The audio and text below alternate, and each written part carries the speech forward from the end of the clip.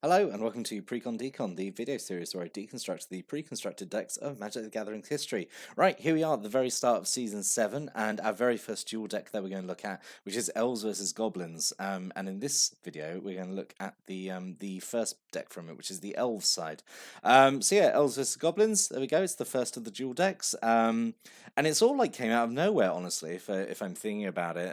It's all released without too much kind of build up or something. It was just like one day it was just announcing we're going to do this new product, and it was kind of a experimental age of Magic, I suppose. They were coming out with a lot of kind of like these one and done products, and yeah, I guess maybe the buzz was a lot of times like, oh, is this just because this had like Lorwyn had just released, so I guess people would think like, oh, is this just to like kind of capitalize on Lorwyn coming out, because the main tribes in Lorwyn were like Elves and Goblins, or at least two of the main tribes were. And I guess I was probably wasn't alone at the time, thinking like, oh, they'll this is just like a one-off. They've given it all this branding and stuff, but it won't last. But as we'll see, couldn't be further from the truth. Dual Deck series is one of the most long running kind of like side supplementary products that WotC did. Anyway, so yeah, like I said, released in the right in the middle of Lorwyn block. Like really only just a month over, so it contains a lot of like elves and goblin cards, which would have felt like really fresh and new at the time. So if you hadn't really been buying Lorwyn, I'd been buying the precons, because this was the time when I was buying precons. But this was a really good chance anyway to pick it up and like get some of those new cards and kind of get acquainted, and maybe get a chance to just play really a couple of decks that use elves and goblins to their best strengths against each other. Yeah, really good time, really good period of Magic's history, I think. Anyway, we're going to talk about the Elves deck first. What we're going to do on all these videos going forward, just in case you didn't see the introduction video, we're going to cover like one side of the dual deck, like in each video. So in the next one, we'll do Goblins, and then at the end of the Goblins one, what I'll do is I'll probably do a little roundup where I think like out of the two decks, which is my favorite. We're also going to do something a little bit different, maybe with how I structure these. Maybe I won't go into as much detail with the cards, but we'll see how it goes. As always, I'm kind of doing this sort of unscripted with a bit of ideas and structure about how I want to do it. But I'm not probably going to do like a what could have been, I think. But I don't know, maybe we'll do that in future videos as I put them together. Like maybe there'll be things I'll think of that like, oh, we shouldn't have been in this deck or something. But I don't know. Let's just get on with it. Let's start looking at the elves. So, we got the deck list here. So, we've got 29 creatures, 2 sorceries, 3 instants, 4 artifacts, and 20 land. We've got a mana curve off to the side there. So, this is also going to be a thing with these dual decks as well, is that there's going to be really high variance in this. I mean, I suppose we're used to this after looking at all those precons anyway. But yeah, this one's actually a bit of an oddity, because there's actually quite a few like 3 ofs, but like some of the later ones, they go like almost like full singleton, so really high variance in gameplay, which I suppose like for a casual product is absolutely fine. You kind of want like high variance, because that means like then the gameplay always feels like kind of like fresh, exciting. It is meant to be like this very casual product, I suppose, and having, I guess, like fewer copies of things means that like if you want to, you could buy 2, and then you've got like you double up and everything. You haven't maybe got like excess copies, because I was definitely buying sort of like usually like 2 copies of each dual deck as they were coming out, to double up on all the good cards and all the good reprints. Anyway, that's the deck list. Stop talking about dual decks. Let's get in and start looking at the elf deck. So, the foil face card, I didn't mention it in the introduction video, but all these decks have like a foil face card, which was like the face of the deck, representing like the faction or planeswalker that the deck was for, in that side of the dual deck, and always with like new art, it was always foil and stuff. So yeah, really good. Kind of doing it years and years before the normal like intro packs were doing it, because it wasn't until Khans where they were doing like, oh, it wasn't until Alara they were doing like foil face cards, and it wasn't until Khans they were doing like alternate art face cards as well. So yeah, dual decks in some ways, sort of ahead of its time. Anyway. So the foil face card is Ambush Commander. So 3 and double green for a 2/2. Forest you control are 1/1 green elf creatures that still lands, which is really nice. Obviously we're playing mono green, so we're gonna have a bunch of forests. You can spend 1 in a green, sacrifice an elf, i.e. a forest, to give something +3/+3 till turn. So Ambush Commander is really good. So it does. So it is up against Siege Gang Commander in the Goblin deck, and I think they're a nice like parallel to each other. Ambush Commander, I think though is like really good. Just turning all your forests into elves, I think is absolutely fantastic. And you've obviously got like a load of buff effects in here that care about how many elves you've got. So yeah, it's a really strong effect. Doesn't even have to swing the turn it comes down. Just coming down, turning everything to elves, which can then swing. Turns every elf into a giant growth as well, which is really great. Yeah, I think it's like a really fantastic face card to have, honestly. We've got a single Allosaurus Rider. So again, like if you missed the introduction video, so the Duel Decks, like even though this was released in the middle of like Lorwyn block, it's not using just exclusively Lorwyn cards. It's not like a normal pre-constructed like intro deck or theme deck project that we were getting at the time. It is using cards from kind of like all over Magic's kind of range of history and stuff. So Ambush Commander is from Legions, I think it is. It's definitely from Onslaught block. Allosaurus Rider is from Cold Snap. Obviously, there's a bunch of Lorwyn cards in here, but yeah, just it was really nice about Duel Decks is they were using cards from all over the place. Anyway, Allosaurus Rider. So 5 and double green for a 1+X, 1+X.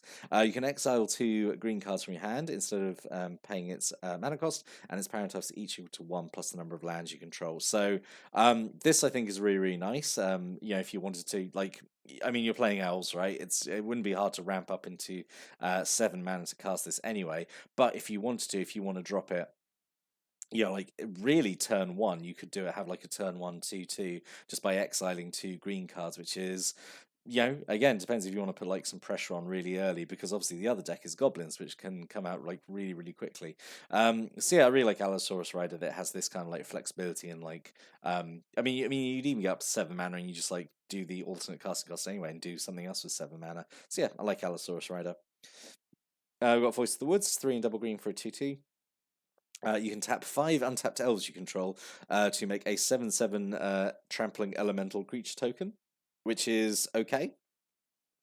You know, it doesn't cost any mana. Again, we're playing elves anyway, so we're going to making a bunch of elf tokens anyway. So this doesn't take any mana. It's at instant speed. So yeah, this is like a really nice ability. It's from a cycle of these sort of like tribal lords from Onslaught block, which were all like tap 5 untapped, you know, of a certain creature type to get like a really strong effect. The red one, as we'll see, because I believe it's in the Goblins deck, I don't think is as good, and we'll come to it when we come to it, I suppose. This I always thought was one of the stronger ones, honestly, back in from the original cycle. The white one and the black one I remember also being quite good. The white one I think was just like straight exile a permanent. The black one was like reanimate something from any graveyard onto your side. I can't remember what the blue one was. It was probably really really disappointing, honestly. But yeah, Voice of the Woods I think is a really nice, really good inclusion here. And then from Lorwyn, we've got 2 Imperious Perfect. It'd be a crime not to have this in the deck, I think. So 2 and a green for a 2/2 gives all your elves +1/+1, which is really nice. And you spend 1 green and tap to make a 1/1 green elf warrior creature token. Imperious Perfect is just absolutely fantastic card to include in any kind of deck that cares about elves. So really happy there's 2 of them in here. Single heedless one, 3 and a green for an XX with trample. Parent tops each equal to the number of elves you can. It's elves in play. It's not elves you control. It's old school Magic wording. So it's kept looking at the whole board. Yeah, just obviously really nice. Can just get really big, and yeah, without much difficulty, honestly. 2 Gem Palm Striders, 1 green for a 2/2, so at the very least it is a bear, but I think its real strength is from its cycling ability, so you pay 2 double green, you discard it and draw a card, and also when you cycle it, gives all elves +2/+2 to end a turn. So I would say like 99% of the time you want to hold on to this and cycle it, because that cycling ability is really strong. Like 4 mana for like essentially a one-sided, you know, board pump and draw a card is really strong, I think. So yeah, really like Gem Palm Strider.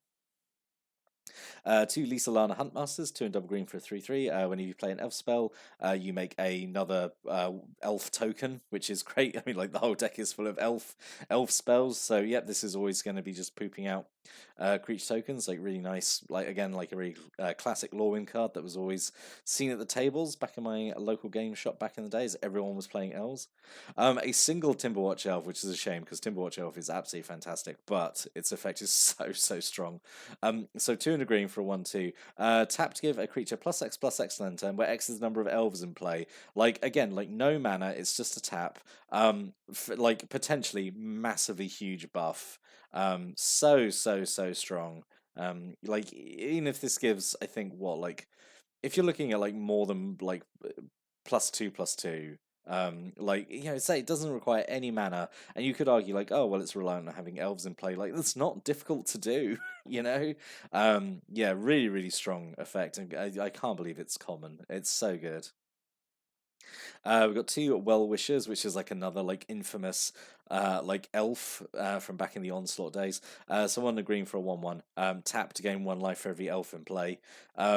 Again, super strong. Again, can just get out of hand like really quickly if you're just pumping out a bunch of elves, a bunch of elf tokens, and like this is just repeatedly gaining you. Again, like the Timberwatch Elf requires literally no mana to do.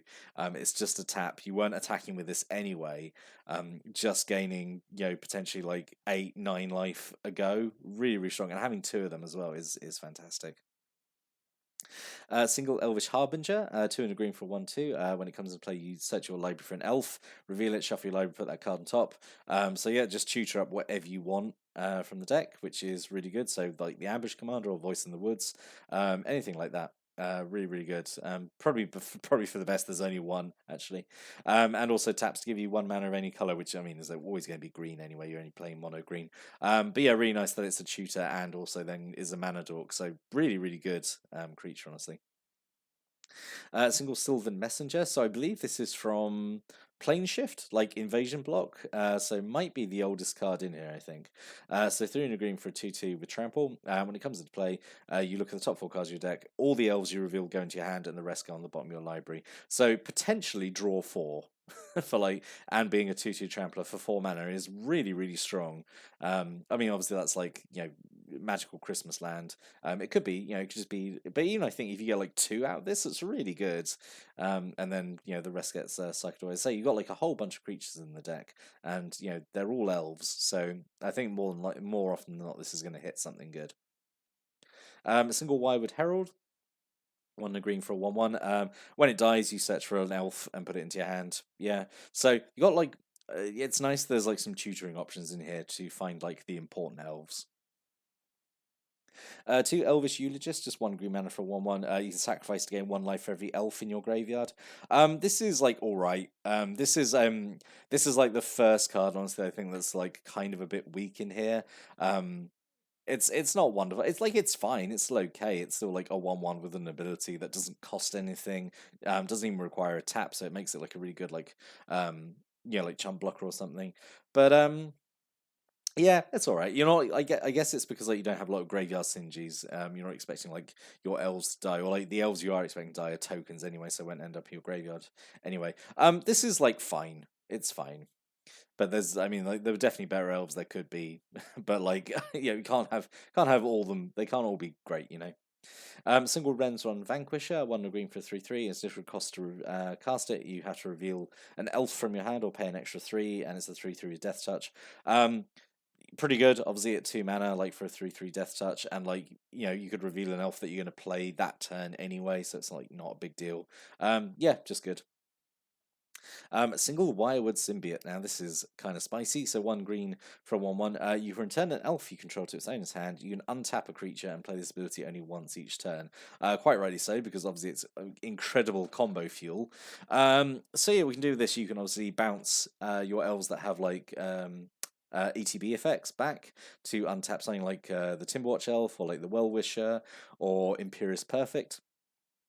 You can do that. You can use this to save your elves from like removal. You can just do that and also get an untap out of something else. So yeah, why would a symbiote for like 1 green mana I think is really fantastic. Probably for the best that it's an insect and not like an elf itself, because otherwise it would be really open to abuse, I think. But yeah, really good little card. And then we got 3 classic Lawnmower Elves. Got to have Lawnmower Elves, given their just coming down, classic mana dork. Yep, love that there's 3 of them in here.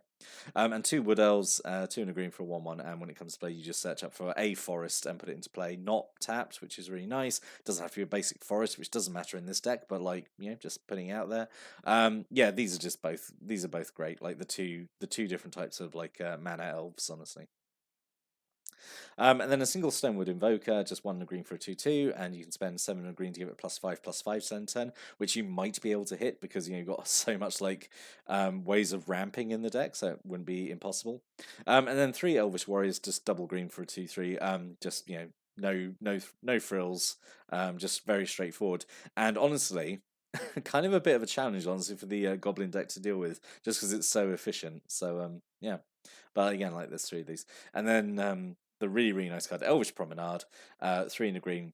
It's a elf sorcery, and you can you make a 1/1 green elf warrior token for every elf you control. So just double up the number of elves, which then proceeds to make Well-Wisher and Timberwatch Elf really happy. And yeah, it's just great. Elvish Promenade is fantastic. If you follow Ambush Commander with this, then yeah, you're laughing because then you've just got so much on the board. Heedless One gets really big. It's just a good time, you know. Then just some pump spells. We've got 2 giant growths and a single wild size. Yeah, these are just absolutely fine. A single Harmonize for a bit of card draw, which is okay. 3 Moonglove Extracts, which is okay. So 3 mana for an artifact. You can sacrifice, does 2 damage to a creature or player. Most times I think you're going to be wanting this to hit creatures, like ping off, because they're like the Goblin deck has a few like utility goblins. So this is useful for that to essentially get a bit of like indirect damage, because I don't think you need to damage players. I think you're doing all right in terms of like combat with a bunch of elves. And this is really nice as well, Slate of Ancestry. So 4 mana artifact, you can pay 4 on tap, discard your hand, you draw a card for every creature you control. So be careful not to deck yourself out with this. It's possible. Yeah, it would not be hard, I think, to be drawing sort of like 8+ cards with this at a go, honestly. Really nice when like because it is like discard your hand, like you can have a hand of 0, that counts. So essentially just paying 4 mana to get a complete refresh, depending what your board state is like. Yeah, really nice inclusion, really like it.